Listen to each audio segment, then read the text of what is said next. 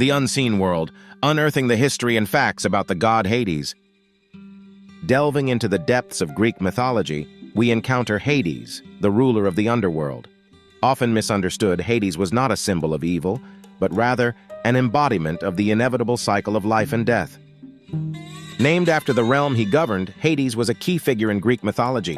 He was the son of Titans Cronus and Rhea, and brother to gods Zeus and Poseidon. Out of the trio, Hades ruled the underworld, a realm unseen by the living. Hades' kingdom was not a place of punishment, but rather a resting place for souls. It was divided into several regions, including Elysium, a paradise for heroes, the Asphodel Meadows for ordinary souls, and Tartarus, a place of torment for the wicked. Possessing the Helm of Darkness, Hades could become invisible at will. This tool, combined with his dark chariot drawn by 4 black horses, made him an enigmatic and often feared deity. Yet his rule was fair, ensuring all souls received their due. Hades was married to Persephone, queen of the underworld. Their love story, however, was not conventional. Hades kidnapped Persephone, causing her mother Demeter's grief to result in winter. Only when Persephone returned each year would the earth bloom again, symbolizing spring. Hades was also associated with wealth due to the earth's hidden riches. This earned him the name Plauton, derived from the Greek word for wealth. This association was acknowledged in Roman mythology, where he was known as Pluto, the god of wealth.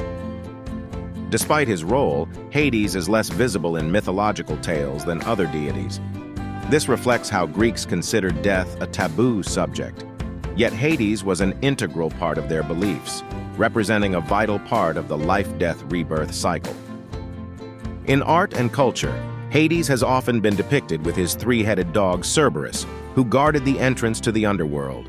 Symbols like keys, representing his dominion, and a cornucopia, signifying abundance, were also associated with him. It's important to note that Hades wasn't the god of death, that was Thanatos. Hades merely provided a home for the departed souls, personifying the inevitability of the afterlife, but not death itself. He was a caretaker, not a reaper. Hades had few worshippers, and no grand temples dedicated to his name. People feared to evoke his attention, believing it would hasten their own death. Yet, he was respected and given due reverence in their religious practices. Some cities, however, like Elis and Olympia, were exceptions, where Hades was openly worshipped. They believed in appeasing him to ensure the deceased's safe passage to the underworld. Rituals often involved blood sacrifices, believed to quench the underworld's thirst. Despite his grim domain, Hades was not a heartless god. There were instances where he showed mercy, like when Orpheus, with his enchanting music, persuaded Hades to allow his wife Eurydice to return to the living world. Though considered inauspicious, Hades' role was essential. He maintained the balance of life and death, ensuring the proper functioning of the world. He was not loved, but he was necessary, highlighting the Greeks' understanding of the dual nature of existence. In modern culture, the image of Hades has been significantly altered. From Disney's Hercules to Rick Riordan's Percy Jackson series, Hades is often villainized, symbolizing darkness and evil, a departure from the original mythological narrative. Yet Hades continues to intrigue us. His dominion over the unseen realm, his fair yet stern rule, and his complex character make him a compelling figure.